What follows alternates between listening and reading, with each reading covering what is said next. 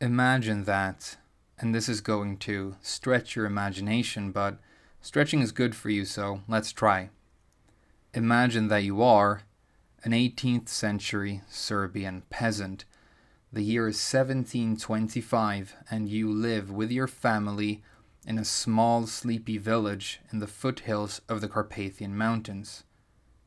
Your life has not been easy. The region you live in has been torn apart by war between two of the most powerful empires ever in European history.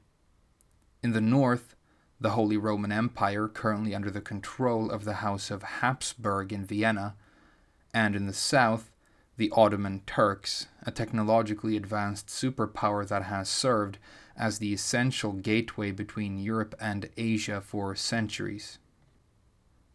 You are most likely a devout Orthodox Christian.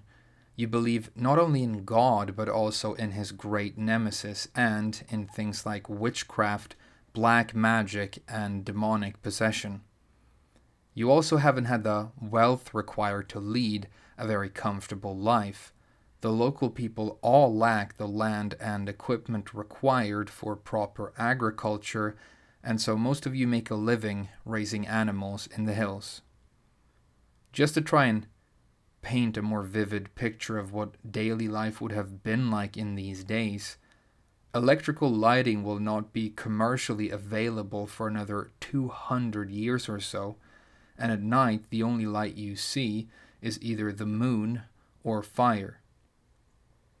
In terms of medical understanding, you do not yet have a germ theory of disease, and as far as you know, a sickness is as likely to spread from direct contact as it is to be caused by something like a curse.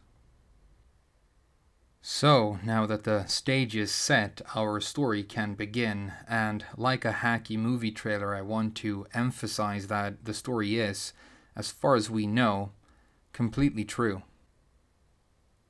One day, as you are making your way into town, you see that a funeral is being prepared. A local man by the name of Peter Blagojevich has suddenly died. You didn't know Blagojevich personally, but you knew of him. In a small village like yours, nobody is a complete stranger. His death is unfortunate but not necessarily shocking. Death has been somewhat of a constant companion in your life. But 3 days later, you wake up to the news that a woman living just next door has fallen violently ill with some strange fever. Both the local priest and doctor have been around, but unable to help her. Less than 24 hours later, the woman is dead. It is the second sudden death in the town in less than a week, but that is not enough to distract you from the fact that there is work to be done and mouths to feed. Even so, that night you light a candle and pray for the safety of your spouse and children. Little do you know that things are only just getting started. 8 days later, as many as 9 people have been claimed by the new illness.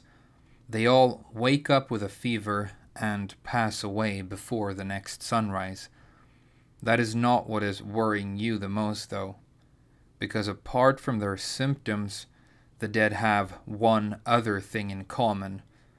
They all claim on their deathbeds to have been visited in their bedrooms the night before falling ill by Peter Blagojevich, a man who, remember, is supposed to be dead and buried.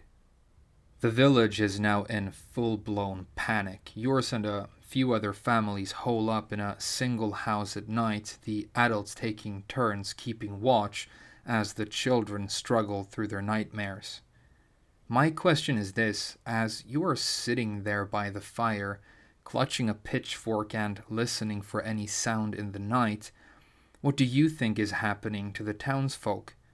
Is this a horrible plague that you've contracted from the animals you keep? Have you all been poisoned? Is there something in the food? Is there something in the well water? Is it the wrath of some awful foreign demon come to punish you? Or are the stories of Peter Blagojevich stalking the night actually true? Has your village fallen under the curse of a vampire?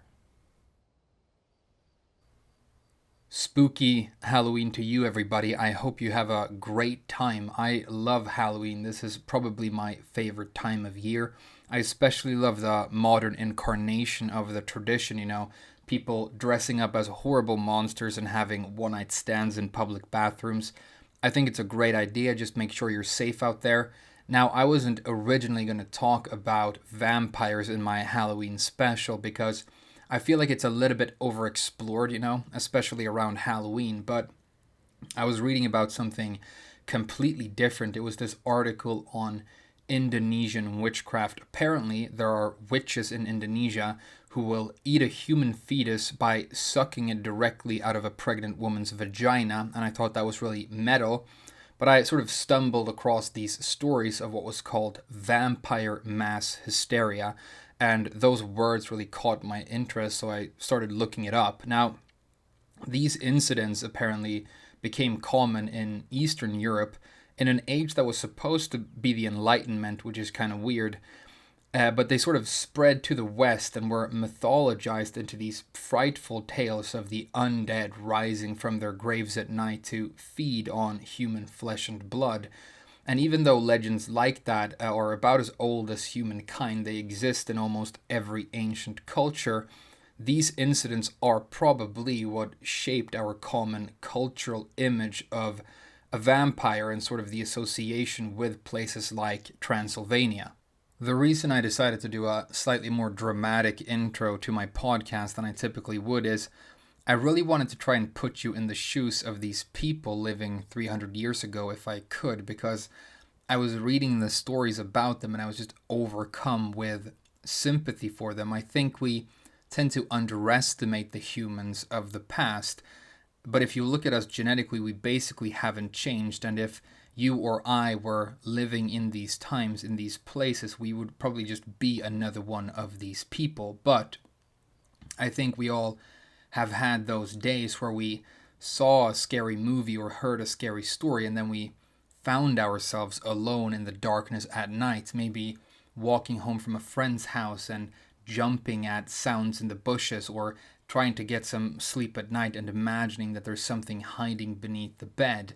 The difference is that you and I, at least most of the time, probably assume that there's no actual monster hunting us from the shadows. But if you're one of these people in Transylvania in the 1700s, you're not skeptical about the existence of vampires. You're entirely convinced that they exist, and you think one is currently eating people all around you. And if that's your reality, I mean, how scared are you to walk the streets at night? It must have been horrible. Anyway, I'm going to keep telling the story now, and I want to let you know how it ends because it is really fascinating. So the villagers of this place called Kisilyevo, which is a real town and it still exists, which is so awesome, I would love to go, but they're convinced that they're being hunted by a vampire, and so they go to the local magistrate, a man named Frumbald, and they demand that something be done. And this is the person I imagine would be the sort of protagonist of the film adaptation of this story. We can give ourselves a little bit of dramatic license and say maybe he's a man suffering a crisis of faith who grew up in Belgrade and he doesn't necessarily share all of the superstitions of the townsfolk. He can be our Father Karras in the story, if you will. But Frumbald is a bureaucrat and he doesn't have the authority to have a buried man's body dug up and examined, and so at first he refuses to help. Remember, these are very religious people, and even in our secular times, it's not considered acceptable at all to interfere with somebody's grave. But the townspeople are so adamant that Blagojevich's body needs to be searched for the telltale signs of vampirism, and they tell Frumbald if he refuses to help, they will all abandon the town completely for fear of their lives. So Frumbald is forced to agree to supervise the examination of the body, and he calls the priest of the neighboring town over to help. And I was thinking, I wonder if that was for his own comfort's sake, or if it was because he wanted to lend some more legitimacy to the illegal act, we can only speculate. But one of the coolest parts of this story is that these two men left written accounts of what happened next, and they survive, and they were even published in Viennese newspapers at the time. I miss newspapers, by the way. I never really read them myself, but they have this iconic image and culture, if that makes sense. Growing up, some of my greatest heroes were like reporters and journalists. You know, when I was a kid, characters like Tintin and April O'Neil. And then when I grew a little bit older, characters in quotation marks like Hunter S. Thompson. But I looked it up, and the first real newspaper was published in 1609. And we just happen to live in the age when this centuries old pillar of democracy slowly dies and is replaced by shallow clickbait and deliberately deceptive online advertisement. But I was thinking how if the children born today bother to read a masterpiece like The Adventures of Tintin, they would probably wonder why spies tend to hide behind strange, large sheets of paper with holes cut in them, and what kind of political agenda Tintin is secretly pushing. But an awesome glimmer of hope is that the paper that published the story about the autopsy of Peter Blagojevich is actually still in print to this day under the name Die Wiener Zeitung. And I just thought that was so cool, and how proud you must be if you're a journalist writing for an institution like that. Anyway, that's a digression. So, what of the body of Peter Blagojevich? Well, you would think that they opened up his coffin and found nothing but a decomposing and smelly but completely innocent corpse, but that's not quite what happened. The coffin is opened, and Frumbald is shocked to find that what he had been told are the typical signs of vampirism are all there. Blagojevich has grown new, longer fingernails. His skin has not decomposed, but it has an unnatural purple color, and his mouth is filled with what appears to be fresh blood. Seeing this, the villagers just finally succumb to complete hysteria. They jump on the corpse and drive a wooden stake through its heart, and as they do, more fresh blood starts gushing from inside, through the eyes and through the ears. And I wish I was a coroner or something so that I could tell you if that is normal, if that would happen to a dead body that old, or if something strange is going on. But the truth is, none of the people present at this autopsy have any medical knowledge, and so they see this as just complete proof that they're looking at a vampire, and taking no risks, they set the body on fire and burn the corpse of Peter Blagojevich to ash. Depending on how you look at it, I guess Blagojevich is either the monster of this story or the very unfortunate victim. Just think about it. This seemingly normal man dies, and 300 years later, I'm telling the story of how his dead body was violently violated. It is really quite sad, and I do feel sorry for him. Frumbald, in his official report on the incident, sort of pleads not to be punished for his involvement. He says that the villagers were so beside themselves with fear that he couldn't really do anything but stand back and let it all happen. So this was the first vampire mass hysteria that was extensively written about, but it was definitely not the last or the largest. The same year, another hysteria started surrounding a man named Arnold Pauli. I think that's how you're supposed to pronounce it, and I can't tell you that entire story because it spans several years and left many, many people dead. It's a very tragic tale, but I'll give you some of the details. Now, Pauli used to live in a part of the region that was occupied by the Ottoman Turks, and he claimed himself that he had been plagued by a Turkish vampire, but he had managed to cure himself of his vampirism by eating dirt from the vampire's grave, which is apparently a way you could cure yourself of vampirism according to these people. Well, he eventually falls and breaks his neck, and soon after people start falling ill again, and so of course they're going to assume that this person who boasted about how he cured himself of vampirism has come back to haunt them. And as much as I think 6 years later people are being accused of vampirism because they find links to how they have eaten meat from the same area where Pauli was active, and so they hypothesize that he must have fed on a cow and then somebody has eaten the meat of that cow and the vampirism has been transmitted. It's a very, very strange tale, and I was just so fascinated by it that I had to investigate it a little bit and tell you guys about it. Now, I want to tell you the story of when I witnessed a real demonic possession next, but first, I think we need to do a quick advertisement. The third ever Frame Whispers podcast is brought to you by Nosferatu Dental Floss, the only dental floss made specifically for skin-piercing fangs. Did you know that human blood contains sugars like glucose that can severely damage your teeth over time? Don't let that happen. Nosferatu products are available at fine pharmacies everywhere. Nosferatu, because fangs are forever. Did I get you with the cliffhanger? This is a little bit of a weird story, and for it to make sense, you first of all need to know that I live in Japan, and here we have a heavily exploited ethnic minority workforce. There's probably one or a couple in the country where you live as well. It just seems to be one of those tragedies of how we organize ourselves as people, but in the case of Japan, it's the Nepalese. Now, I didn't really know a lot about Nepal before I came here, but since I've gone to school and worked with a lot of Nepalese people and I've learned a lot more about them, most of the people I meet are absolutely beautiful. But one thing I've realized about the country is that it is not necessarily as developed or industrialized as, modern day Japan. When I was looking for my first job in Japan, I really wanted to enter the world of education. I like teaching. I think that's one of the reasons I made a YouTube channel, and so I was interviewing with a couple of different schools. And this headmaster invited me to dinner, and I went. And first of all, I was very surprised because it was a fancy French restaurant on the top floor of a high-rise building.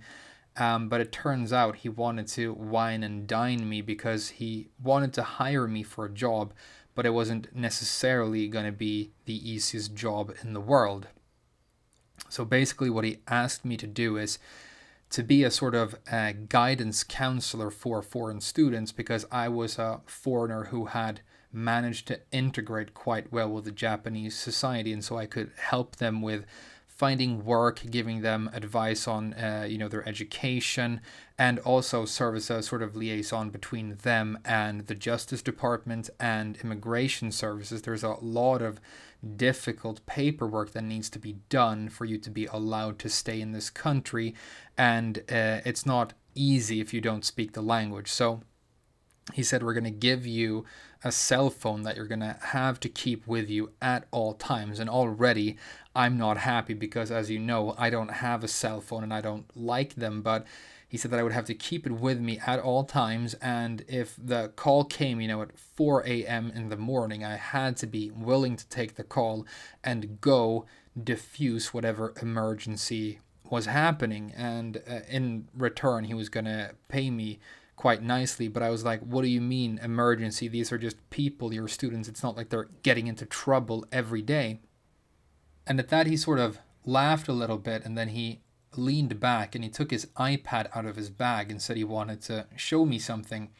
And the mood was weird. I was kind of expecting him to start showing nude photos of himself at that point, but instead he told me the story of a young, quiet kid who went to his school, like 19-year-old Nepalese kid who would work late shift somewhere, and then on the way home at night he would always stop by McDonald's to get his dinner. That was his sort of daily routine. But he was a very devout Hindu, and if you're not supposed to have beef because the cow is a very sacred creature in that faith.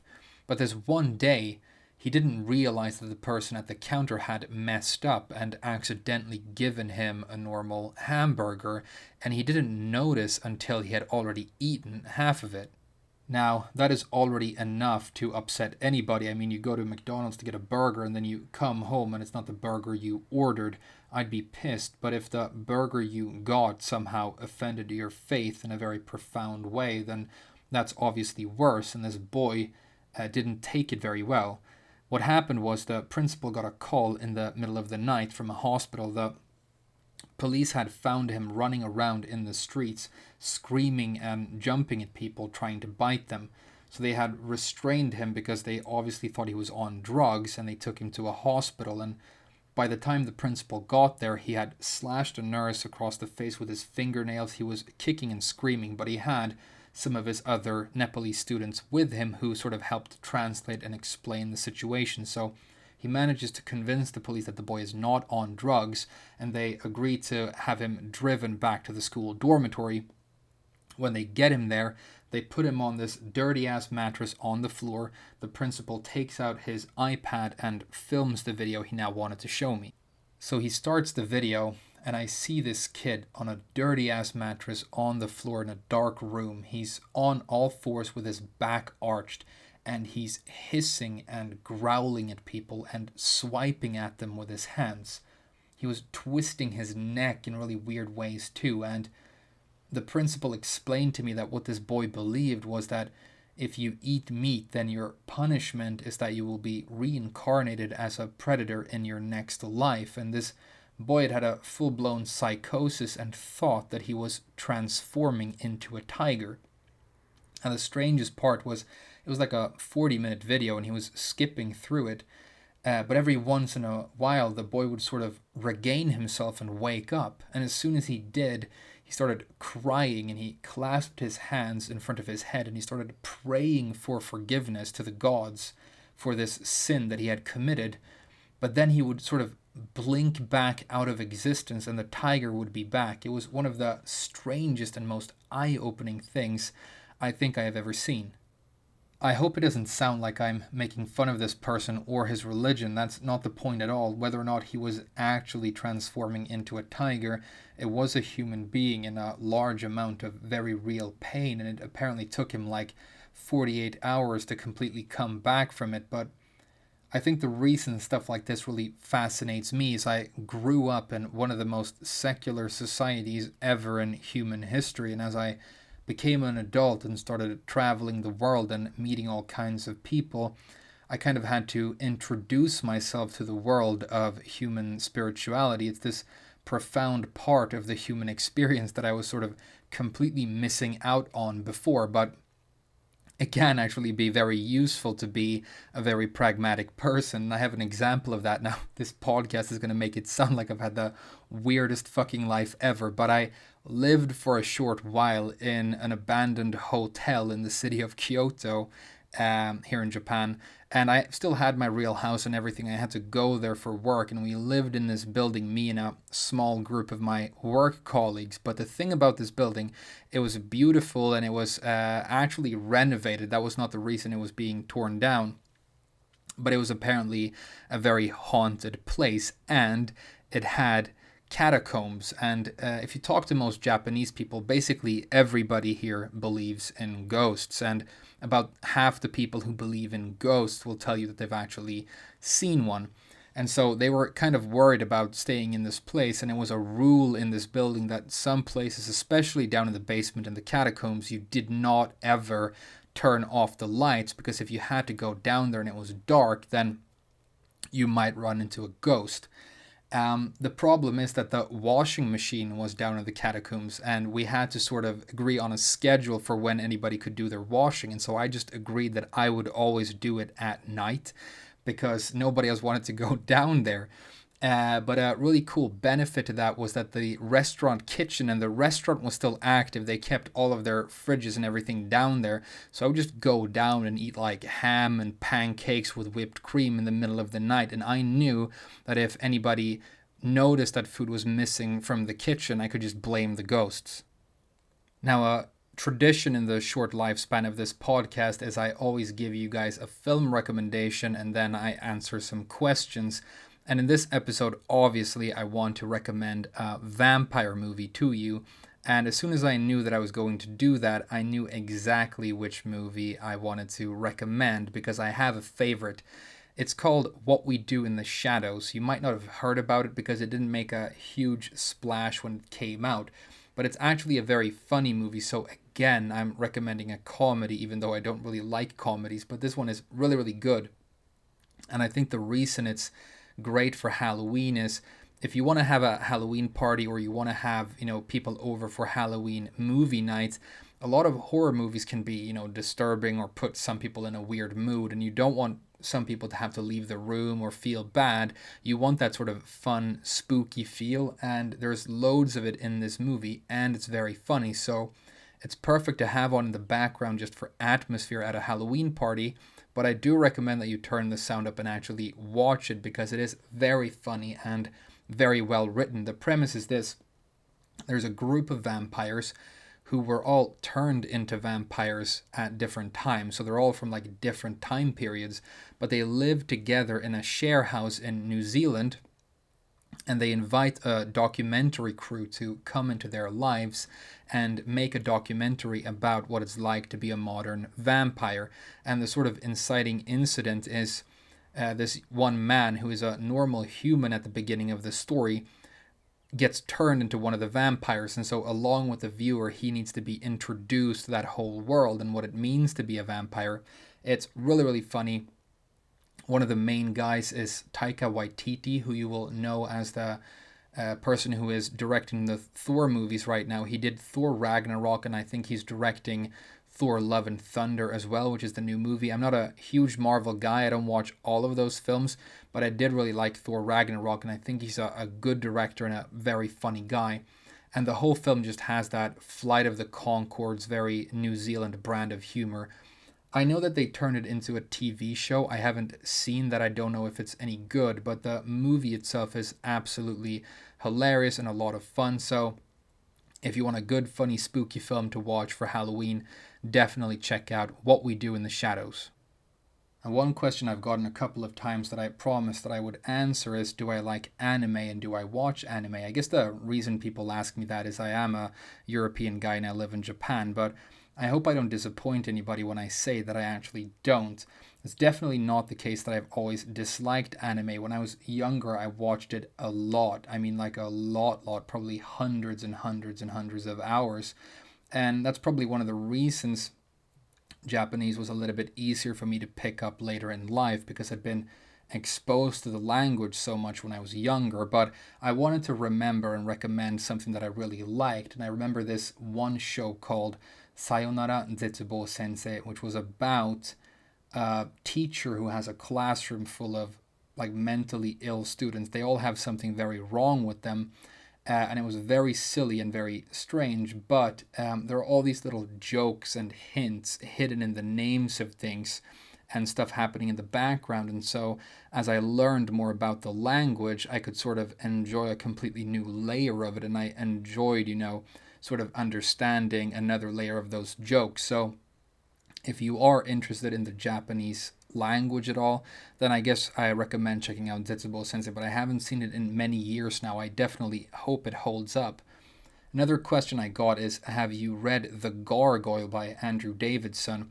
And I haven't. I hadn't even heard of that book before, but I looked it up, and just a little part of the synopsis that I read sounded really interesting. So I've actually put it on my Christmas list, and I'm hoping one of my kind family members will get it for me for Christmas. So if I do end up reading it, then I will definitely let you know what I think in one of these episodes.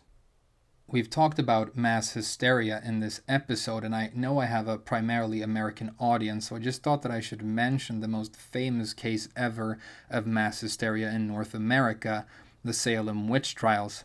It's an important historical event, and it obviously relates heavily to the tradition of Halloween as well, but I think it's another thing that gets explored in all kinds of content around this time, so I don't want to talk about it in depth in this episode. But as I was reading more about it, as I tend to do, stumbled across one really interesting little detail, and so I thought we might talk about that, because it turns out that when these poor women, these accused witches, were being prosecuted in Salem and Salem Village, there was an actual handbook, a sort of instruction manual for how you're supposed to find, prosecute, and torture witches. And so I realized that I had stumbled across an actual ancient evil tome, and it made me think about things like the Necronomicon from the writings of H.P. Lovecraft. That's the book that appears in the Evil Dead movies as well, and it has a really interesting background. The Malleus Maleficarum, or the Hammer of Witches, is a treatise on torture and witchcraft, and to understand why it exists, we need to travel back to Austria and to the year 1485. So even though we're back in Austria, this is actually centuries before the case of Peter Blagojevich, the alleged vampire, but as it happens, somebody else is about to be accused of something supernatural. Around this time in the city of Innsbruck, and I've actually been to Innsbruck. If I'd known that it had cool history like this, I would probably have looked it up and stayed a bit longer. As it happens, all I did was drink too much and get lost in a blizzard. But in 1485, there's a knight in Innsbruck by the name of Jörg Speis, and he's fallen ill with some sort of strange malady, kind of like those villagers in Kiseljevo centuries later. And he goes to his doctor asking for help, and his doctor asks him about his intimate relationships, and he admits to having an affair with a woman by the name of Helena Schuberin. Now you can tell by the way this story goes that Schuberin must have been a very beautiful woman, and the first indication of that is the fact that the doctor tells the knight that he needs to stop seeing her for the sake of his health, but he doesn't manage that, and eventually he succumbs to his illness and dies. Schuberin is accused of having murdered the man with her magic, and along with 5 other women, she stands trial accused of witchcraft. One really interesting thing that I learned about this time is that magic wasn't necessarily associated with the devil yet, and so using it might not have to be a sin. But of course, if you use a spell to influence, hurt, or kill another human being, then that's illegal. But a bunch of people, witnesses, show up to this trial and tell everybody that the people who have accused the women of being witches all have a vested interest in them disappearing or hate them for some other reason, and so the court, as they should, call bullshit on the whole thing and let the women go.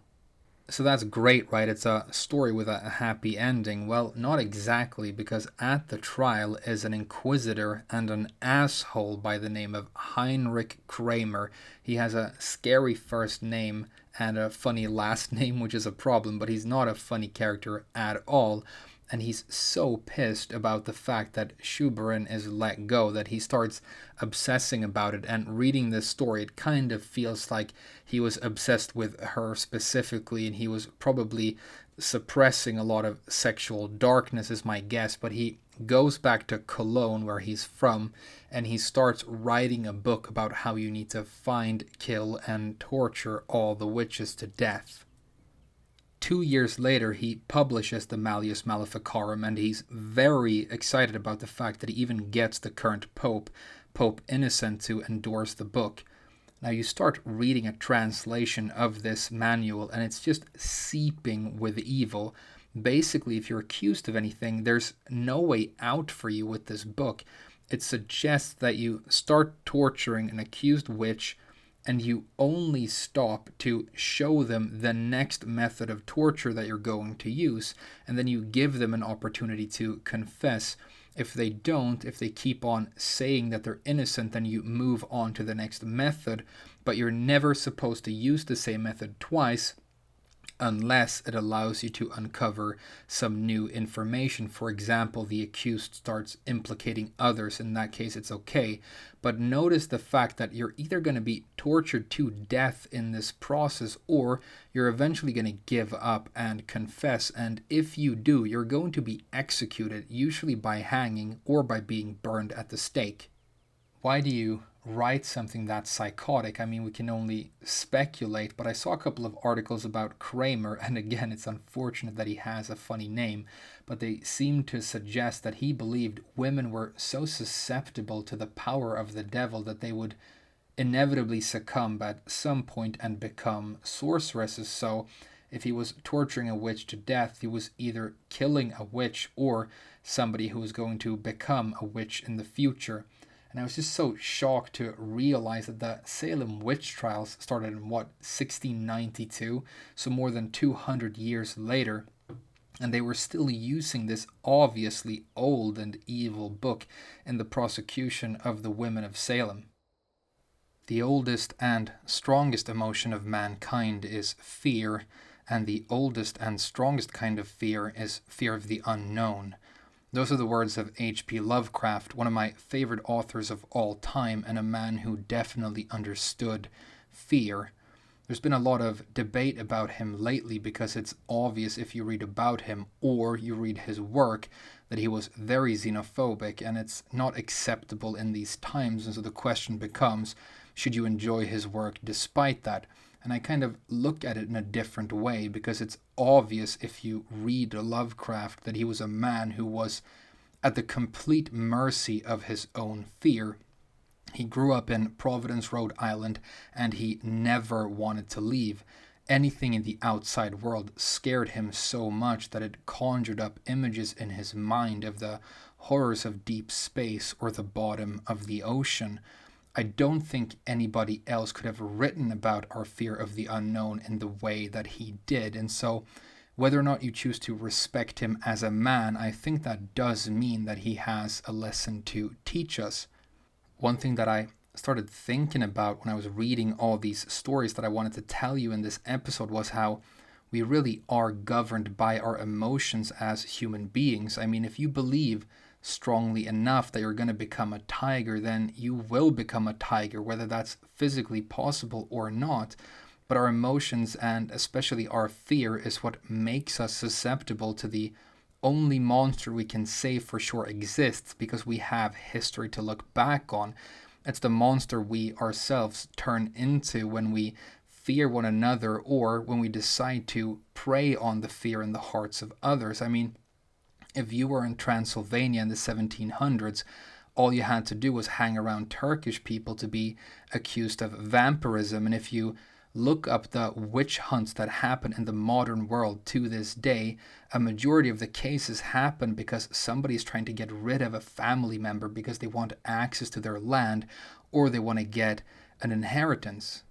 And it sort of made me feel like a cure to all this darkness can be the idea of bravery, of doing something that you're scared of in spite of your fear, hopefully together with or for the sake of other people. And so if there's going to be a little bit of a message in this Halloween episode, then maybe it can be that we should do more things that we're scared of doing. Please don't do anything dangerous. I would feel terrible if something happened to you because of me, but maybe there is something you can do to make the world and other people seem a little bit less scary. The scariest thing that I've done this month is release another very personal and strange podcast where I say a couple of embarrassing things, but hopefully it's been to the benefit of your enjoyment. Definitely let me know if you liked it, and I'll see you guys in the next episode. Bye bye for now.